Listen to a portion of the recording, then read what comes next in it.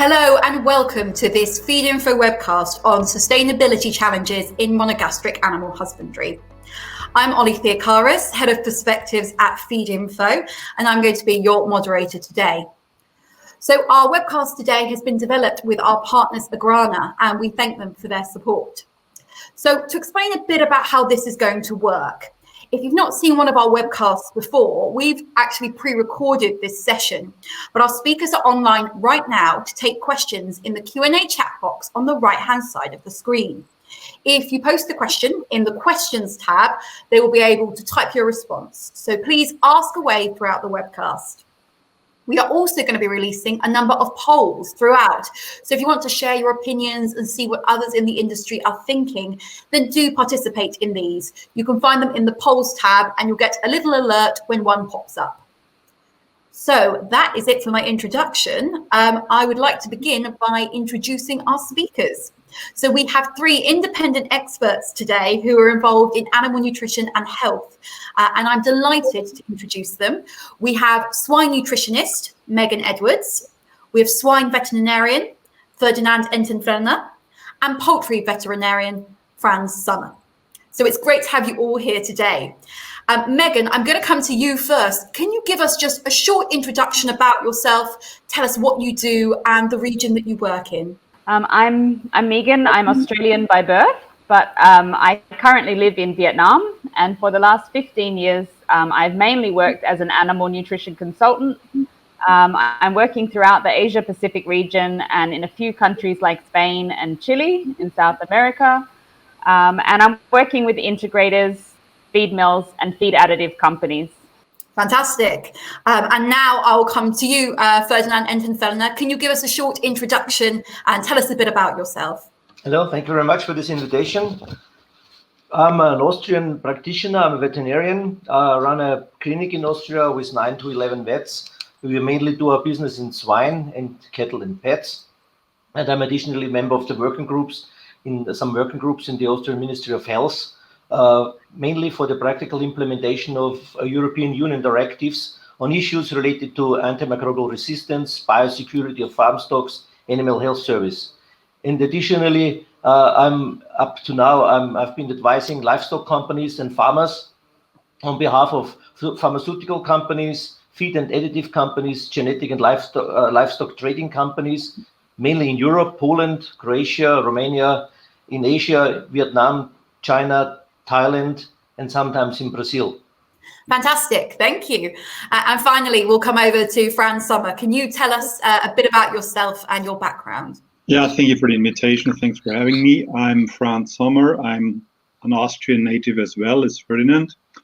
I work right now as a poultry veterinarian in a firm where we have 4 people. We do basically consulting work with farmers, but as well we do all the mandatory regulatory work for a big company and big integrator that owns layer breeders, a hatchery. We raise pullets, and we sell, or the company sells those pullets throughout basically Eastern Europe.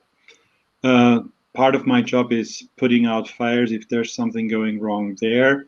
Other than that, working in Austria, doing basically consulting, and from a part of my history, basically, I'm still part of a vet firm in California of Cutler Associates International. We are 4 veterinarians there, and from time to time I get over the pond to do some vet work there as well. Fantastic, thank you. So it's really great to hear that you have such a broad wealth of experience between you working across the world. So I think we're going to have a really interesting discussion today. I'm going to put our first question to Ferdinand Anton Felner. So I want to know what you think are some of the biggest challenges that we are facing in monogastric animal production. So what do you think are the challenges we're dealing with now, and what trends do you think we're going to be facing in the future that we need to address at this moment? It's a good question. Yes, me personally, I would rank these challenges first according to consumer expectations. At the end of the day, whatever we do in setting trends, we have to enable our clients, that means our farmers, to meet these expectations in the future. One of the main things, in my opinion, is food safety, starting with the topic of antimicrobial resistance development and control. We should, for the future, it will happen, ban the antibiotic growth promoters, which has already happened in Europe. We should more and better control the health or disease status of our livestock. And additionally, the traceability of all the products within the food industry, so for the consumer, should be a transparent system, and the traceability should be there in the whole chain. Additionally, one point, what we have seen now, typical for the pork problem now with the African swine fever, availability is a topic as well on a constant quality level, and as important is an acceptable consumer price. And last point for me is in that ranking is the sustainability. It means environmental aspects are growing more and more important, and additionally the efficiency of the raw materials that are used in our animal husbandry. One point that comes up in the Western countries is the question of animal welfare, which could also be an issue for our future animal husbandry. What can be the resulting trends? What we have to do, in my opinion, is we have to implement consistent strategies to keep our livestock healthy. How can we do that? First point is biosecurity, health monitoring, additionally, adapted vaccination strategies to the different systems, and as important is to keep up gut health, because gut health is able to stabilize the immune system, plays a major role in that system. Feed safety, definitely. We have many problems in many countries. We have problems with mycotoxins. Feed composition, the palatability, the digestibility of the feed. Question of crude fiber, what components do we need to use as crude fiber for crude fiber supply, and the crude protein supply on an adapted level. And we should think about reduction of the crude fiber and replacement by amino acids. I think that's really interesting, particularly what you said at the start when you mentioned it is consumers who are driving a lot of these changes. And I think that a main theme running through all of the challenges that you mentioned is the sustainability aspect, which we're discussing today. So that's a really interesting point. And thank you for commenting on some of the aspects that are really going to be affecting feed formulation and feed nutritionists for now and also for the future. But one of the challenges that you mentioned there, which of course is absolutely huge globally, is antibiotic reduction. It's something that, you know, all of animal husbandry have been focusing on for a number of years. Fran Sommer, I'm going to come to you next. What can you tell us about your experience as a vet implementing and managing antibiotic reduction? And I know you're based in Europe, so what are your thoughts on the implementation of the AGP ban in the EU as well? Good point. My thoughts are it was basically overdue. During the time the ban was carried out in Europe, I was working in the US, and for me, moving in 2000 to California to work there, seeing what's going on, completely different from the European approach, was an eye-opening experience that I wouldn't want to miss in the first place. And secondly, convinced me that the European way is the way that sooner or later the industry will have to follow worldwide, basically. I can only second Ferdinand what he has said about consumer-driven expectations. We as an industry, we as veterinarians who work with the industry have to support our clients in meeting the consumers' demands, because if they are not able to sell our products, we won't be able to keep on working as veterinarians. And regarding antibiotic reduction, especially in Europe or in Austria, in my field, I mean, compared to the numbers you have worldwide, Austria's poultry industry is let's say, rather small. We have I work mainly in layers. We have about 7 million layers. We have since last year, since 2020, we have a ban of cages. All cages, colony cages, family cages, everything is banned. So we have them either on the floor or in aviaries. And we have about 1/3 of the hens allowed outside, so free range farming, which is an extra challenge in itself to keep the birds healthy when they are allowed outside, because all the environmental impacts that you get there can have once in a while a very positive effect on the birds. On the other side, also negative if they are out at the wrong time point, get sick, have contact to foreign animal diseases, or like right now, we are all really concerned because influenza has stopped. The latest incident was in Hungary, about 80 kilometers from Austria. So we're all concerned. So antibiotic reduction is the main goal, because we have, as an industry, the obligation to, as I already said, support or help the farmers to meet the consumers' interests. And in our case in Austria, we've managed over the last couple of years to reduce the antibiotic use in poultry by 53%. That's a whole lot. We didn't start out that high, to make it clear, but we've with different management steps, with a lot of talking, with a lot of conversation about what we can do from different angles, nutrition, management, light, ventilation, vaccination, prevention. It's fitting all together into one big goal, into one big step is the wrong word, but in one big direction. We won't be able to get completely rid of antibiotic use, and we are really happy that we can still use antibiotics in birds when they are sick, but the preventive use of antibiotics has completely disappeared, and the therapeutic use of antibiotics has basically reached half the level that it had a couple of years ago.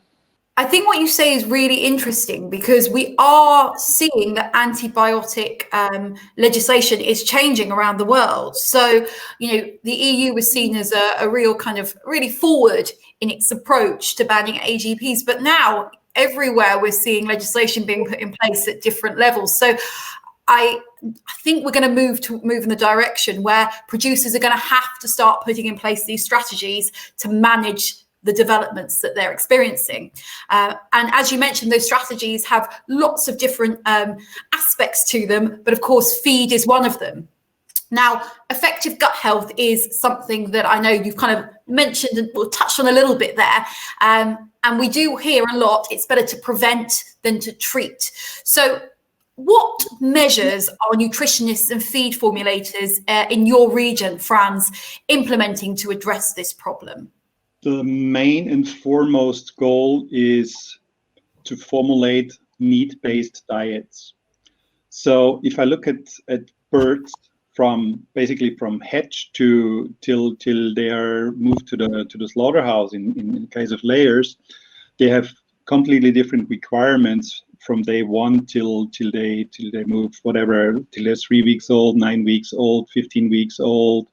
Move to the layer house, and so on and so forth. So the key fact is meat-based diet. And as I try to explain my clients from the way birds use the feed and what they need and what they do is they don't work on the back of a knife, they work on the edge of a knife. So every little deviation to the left or to the right can cause troubles. And therefore, I think the key factor is a diet that works for the birds, for the age, for the needs that they have. And it starts at the beginning when pullets are raised. We do raising of the pullets completely antibiotic free, basically. I do this job for about, let's put it in numbers, for about 25 million pullets now over the last couple of years. And what I have used in antibiotics to treat a problem was, I would say, less than 10 kilograms of pure substance, because of shit can happen. Sorry for the word, but a water line breaks and all of a sudden you have a problem with wet litter, and you have a huge load of coccidia pouring in, and you end up in a necrotic enteritis. You need to do something about. And their animal welfare is by far in the foreground for me, and over antibiotic use reduction. So antibiotic use contributes, in my opinion, to animal welfare as well. But regarding diet and regarding feed formulation, the availability of different components has changed a lot over the last couple of years, and not everything is there all the time when they need it, and so feed mills can run into problems with availability, and they have to figure out a way to fulfill the birds' need with what they have. And in this case, over the last couple of years, we've had a big advantage in having the opportunity, especially in the organic sector, but in the meantime as well in regular production, to have betaine available, because the osmolarity of the gut contents is very, very positively influenced. You can get away from choline chloride that you had to use prior to get what you need as components as methyl donors, and therefore gut stability has improved greatly, in my opinion. So what I see in my clients' birds is that over the last couple of years, also illustrated or also reflected by the antibiotic use reduction, is more stability in the gut, better health, and therefore better performance and better return on investment for the farmers. I think that's what it comes down to, really. It is down to the performance, which relates to the financial implications for the farmer, and that's something we do have to remember. I do think we should also get a swine-related perspective on this. So Megan Edwards, I want to come to you now. So we know that meeting sustainability targets is often the game of compromise. So on the swine side, how has the role of nutrition changed as the industry is adapting to things like lower protein diets or the elimination of antibiotic growth promoters that we've been discussing? Well, here in Asia, I think the term sustainability has a slightly different meaning. And I think the consumer pressure here is lower than it is perhaps in Europe. I think the word sustainability for many producers in the Asia Pacific region is still heavily associated with profitability, and also associated with food security. So food security is very important here in Asia. We have high population densities, we have relatively low incomes, and the percentage of income spent on food is relatively high. So the consumer pressure is therefore lower. That said, I think one of the reasons that Asia is a relatively slow adopter of some of the excellent strategies that are coming out of Europe is that we don't have the same support from the government sectors. So I can give you an example. For example, in the Philippines, Thailand, Vietnam, at the minute, we have some regulation about the minimum amount of crude protein we are allowed to use in a diet. So this it causes a problem for particularly for commercial feed millers, because they don't have the luxury to reduce crude protein in situations where they would prefer to. We also have some challenge with the fact that our markets are not fully integrated. So we have a lot of smallholder farmers in our market. So the average, there's still a lot of farms here in Asia where you have 1 to 5 sows. So these farms, it's very difficult to communicate, regulate, and educate. And here we have this challenge because traditionally farmers have associated protein with quality. So they think if they are being offered a lower protein diet, it's a lower quality diet. So we have a very large education challenge ahead. Another large problem I see for the antibiotic reduction is the fact that in most of Asia, the human antibiotic market is not regulated. And this makes it very, very difficult to therefore go ahead and implement regulation on the use of antibiotics within the animal industry. In the region, there have been some countries that have had some success at the feed mill level. So, for example, in China and South Korea, they have banned the addition of antibiotics at the feed mill level. However, the positive responses that were mentioned by Franz in Austria haven't carried through yet at the farm level. So for us to be successful, we have to reduce the total antibiotic usage, not only at the feed mill, but also at the farm. So this will require more regulation if we are to be completely successful. Different countries are taking different approaches. So in Indonesia, they did a cold turkey approach where the government banned the importation of antibiotics and then subsequently banned the use shortly after. Where here, for example, in Vietnam, the government just recently announced that they will have a 3-step withdrawal process so that antibiotics available to farmers will be slowly reduced, and that will happen over 3 phases. And I believe they're about 6 months apart. So yeah, mixed success here in Asia, and I strongly believe that we need strong guidance and regulation from governments, but I can see that food security, particularly at the minute with African swine fever, is more important to governments at the minute. Yeah, I think it's quite interesting what you mentioned there when you said that sustainability is related to profitability in some parts of Asia. And it does actually show we have different perspectives on these elements globally, and there are different drivers for sustainability measures around the world. But it's good to hear that things are starting to be put in place to try and support some of these. I'm going to come over now to Ferdinand and Anton Felner. We have heard about crude protein production for so-called nitrogen-reduced feeding. So do you think this is something that formulators should be considering? And are you seeing this being applied in the regions that you're working in at the moment? Okay, definitely. I mean, especially in the European Union, the amount of nutrition that are generated in livestock farming is increasingly strictly regulated and controlled, and the size and the number of approved livestock is adapted to this amount of excretions. And a very similar thing at the moment happens in Brazil as well, because you get only permission to set up a new livestock if you can prove that you have enough arable land to use the wastes of these animals as a fertilizer. So I think this is one part of a future sustainable system in animal husbandry. So what is the result? At least all the formulations, all the diets have to be adapted to the performance-related need of our animals.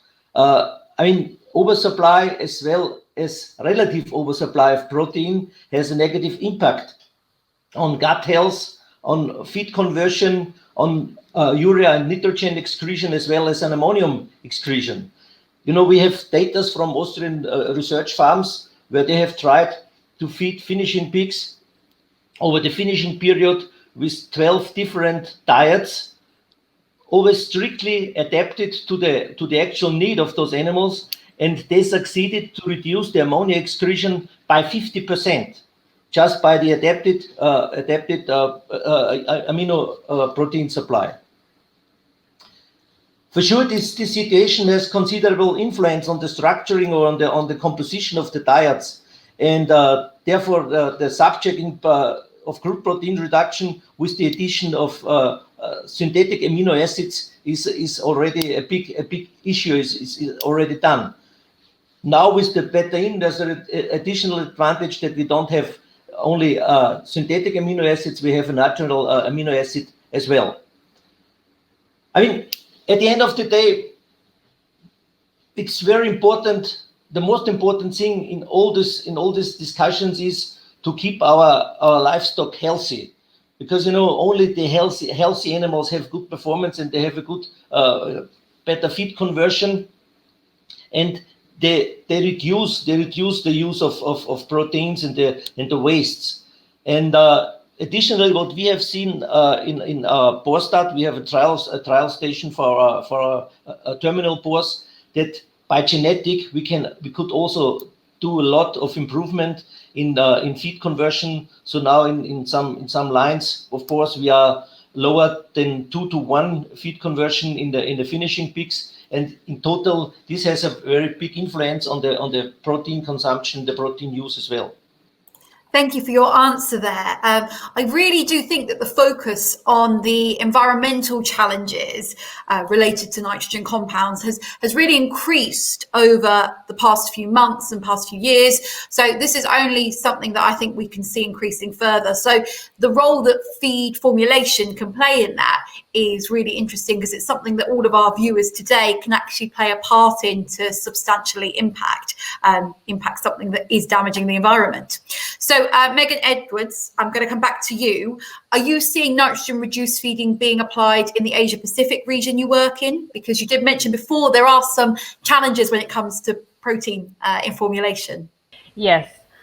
We definitely are trying to apply it. It is easier for integrators to apply it because they are not obliged to stick to the same government rules when they produce the feed for their own animals. And then again, in places like Australia, for example, there's no regulation on crude protein. And in China, for example, the maximum crude protein is regulated. So they have plenty of opportunity to try these strategies. What we're finding is we need to focus on precision protein nutrition. So protein, of course, excess protein is detrimental to gut health, but a deficiency in protein is detrimental to the immune system. And here in Asia, we have a lot of disease and a lot of immune challenges. And this means that we really need to make sure that we're on the right side of the knife, as Fran's mentioned earlier. So yes, there is approaches by integrators to reduce crude protein.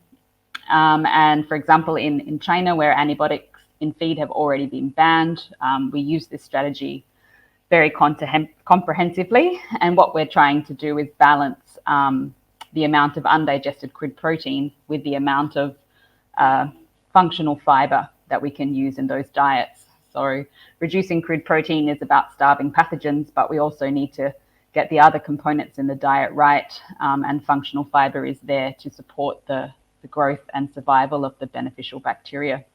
So these are some of the strategies that are being applied in Asia.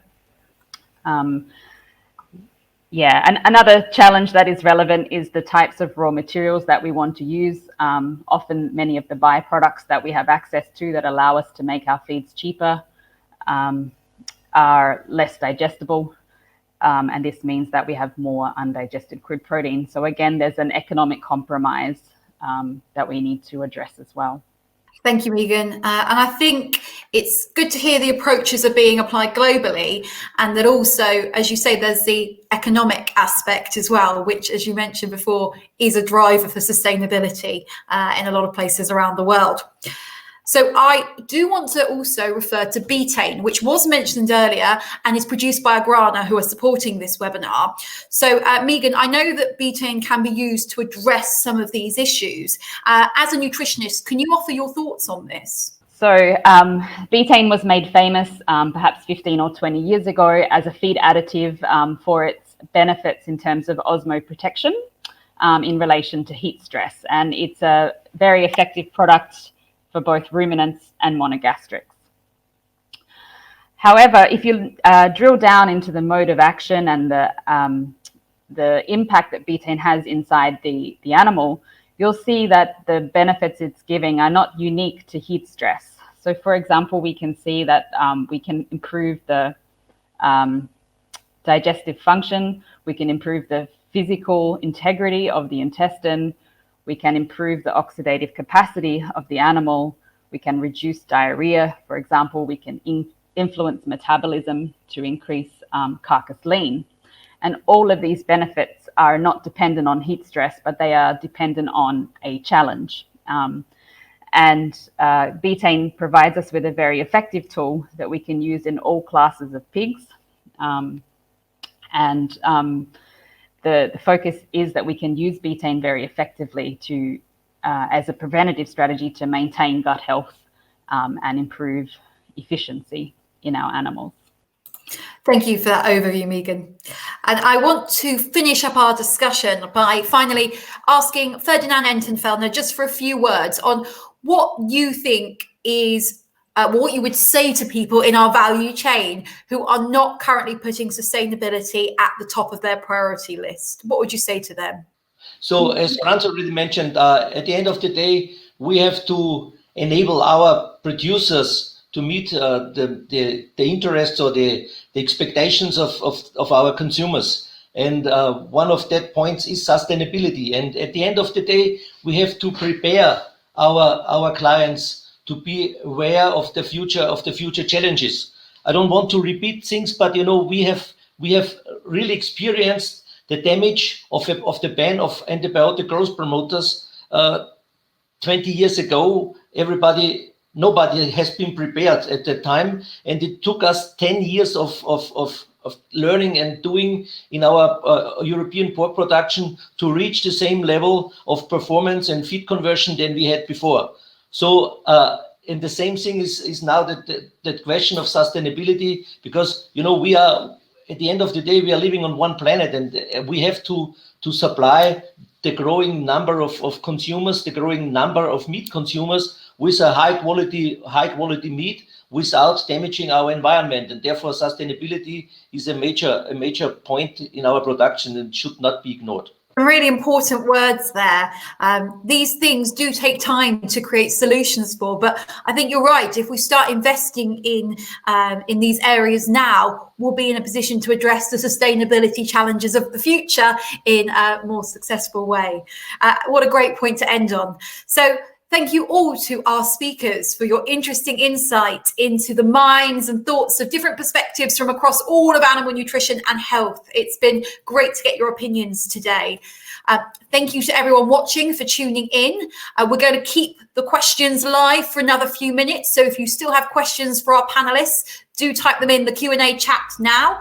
And we hope that you're able to join us for some of our future webcasts and videos from Feedinfo.